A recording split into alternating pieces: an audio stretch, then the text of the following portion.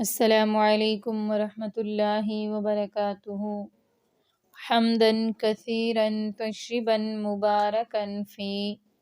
اللہم صلی وسلم علی نبینا محمد اعوذ باللہ من الشیطان الرجیم بسم اللہ الرحمن الرحیم انما بے شک وہ شیطان یأمرکم حکم دیتا ہے تمہیں بالسوء برائی کا والفحشاء اور بے حیائی کا وان اور اس بات کو حکم دیتا ہے یہ کہ تقولو تم سب کہو علی اللہ اللہ تعالیٰ پر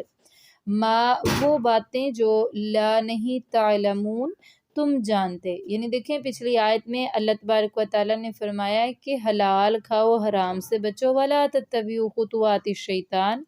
انہ لکم عدو مبین۔ اللہ نے فرمایا شیطان کے قدموں کی پیروی نہ کرو، وہ تو تمہارا کھلم کھلا دشمن ہے، اور پھر ساتھ ہی فرما دیا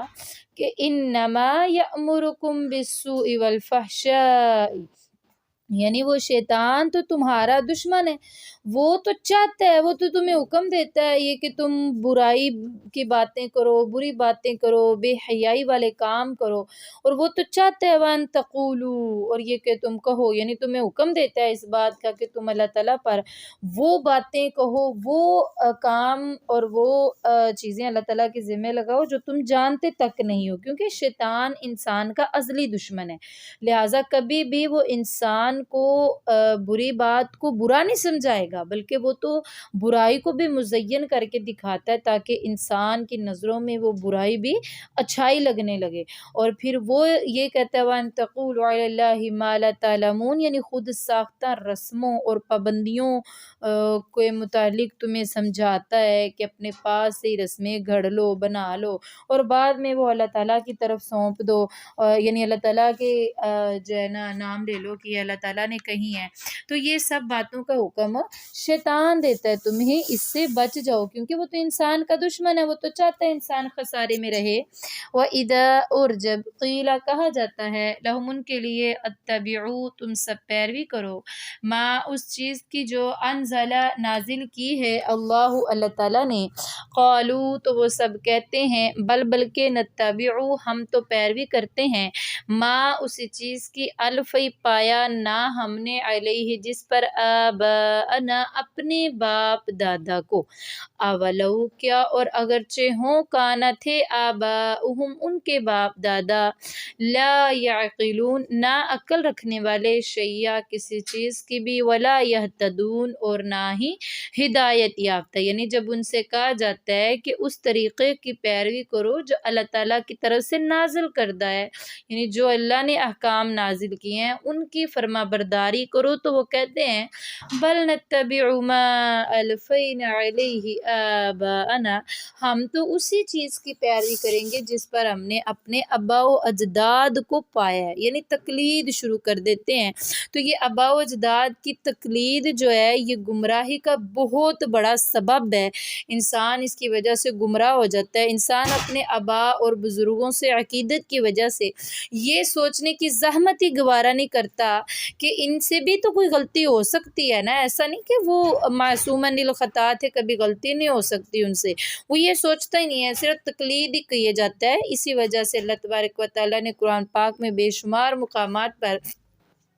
آباء و اجداد کی تقلید کی مذمت فرمائی ہے اور اسے شرک قرار دی ہے، کیونکہ آباء و اجداد کا عمل کوئی شرعی دلیل نہیں ہوتا، شریعت تو وہ ہوتی ہے جو اللہ تعالیٰ اور اس کے رسول صلی اللہ علیہ وآلہ وسلم فرما دیں،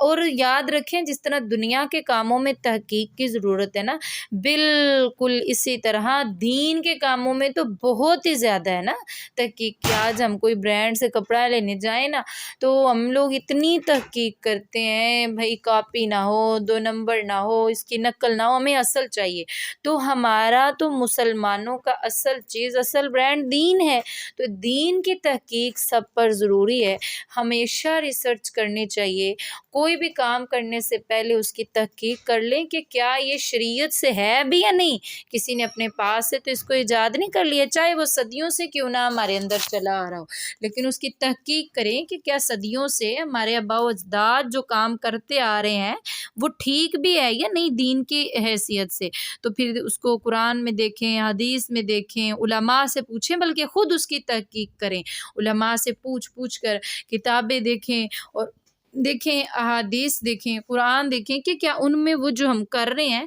وہ پایا بھی جا رہا ہے یا نہیں پایا جا رہا ہے، کہیں ایسا تو نہیں ہے آباء و اجداد کی تقلید کرتے کرتے ہم دین سے دور تو نہیں ہٹ رہے، کیونکہ یہ آباء و اجداد کی ہی چند غلطیاں ایسی ہوتی ہیں کہ وہ پشت در پشت ان کی نسلوں میں منتقل ہوتی رہتی ہیں، اور وہ ایسا کام ہو جاتا ہے کہ اسے دین ہی سمجھا جانے لگتا ہے، اور یہی سمجھا جاتا ہے کہ شاید جو شروع سے چلتا آ رہا ہے یہ دین ہے، حالانکہ وہ دین ہوتا نہیں ہے۔ اللہ تعالیٰ فرماتے ہیں وَلَوْ كَانَ آبَاؤُهُمْ لَا يَعْقِلُونَ شَيْئًا، وہ بار بار یہ کہتے ہیں کہ ہم آباء و اجداد کی پیروی کریں گے، تو کیا آباء و اجداد ان کے ایسے بھی تو ہو سکتے ہیں نا جو کسی چیز کی عقل ہی نہ رکھتے ہوں، وَلَا يَهْتَدُونَ، اور وہ ہدایت یافتہ ہی نہ، ان کو پتہ ہی نہ ہو کہ ہدایت کا رستہ کون سا ہے۔ وَمَثَلُ، اور مثال الَّذِينَ ان لوگوں کی، کفروا جنہوں نے کفر کیا ہے، کمثل اس مثال کی طرح، الذی اس شخص کی، ینعق جو پکارتا ہے، بما اس کو جو، لا یسمع نہیں وہ سنتا، الا مگر